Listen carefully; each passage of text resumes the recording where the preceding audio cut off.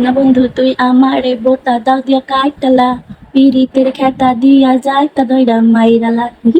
Hello বন্ধুগণ, চলে আসছি আপনাদের সামনে নতুন একটা রেসিপি নিয়ে। অনেকেই আছেন যে পটল খাইতেছেন না। পটলে আবার কি দোষ করলো, পটল যে খাইতেছেন না। আজকে আমি যেইভাবে আপনাকে পটল রান্না করে খাওয়াবো, এইভাবে রান্না করে খাইলে পটলের তরকারি একটা মধুর মতো।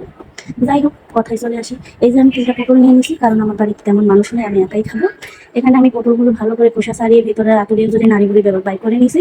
তারপরে দিয়ে দিছি একটা কড়াই বসায় দিলাম, সেখানে পেঁয়াজ দিয়ে দিছি পটলের ভেতরে যে নাড়িগুড়ি ছিল সেগুলো দিয়ে দিছি। তারপরে দিয়ে দেবো এই যে কাঁচামরিচটা দেবো। তারপরে ভালোভাবে নাড়ে নেবো, একবারে গুডানাটা করে নেড়ে নেবো। এই যে গুডানাটা কথাটা আমি তার কাছে শিখছি জানেন, কুসির মার কাছে আমি গুডানাটা রান্নার কথাটা শিখছি। যাই হোক, তারপরে আমি দিয়ে দিলাম টমেটো দিয়ে ভালো করে নাড়তে হবে, গুটানাটা করে নাড়িয়ে নেবেন।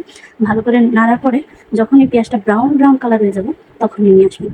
এখানে আমি আবার পটলের মধ্যে হলুদ মরিচ নুন এগুলো ভালোভাবে মাখিয়ে রাখছি। ভালোভাবে মাইখা তারপরে পটলের যে পুরটা বানাইছি সেটা পটলের মধ্যে দিয়ে দিচ্ছি। এখন আমি কি করবো, যে কড়াইতে আমি ভাজা পোড়া করছি সেই কড়াইতে আমি পটলগুলো একদম মিডিয়াম হিটে রান্না করে দিচ্ছি।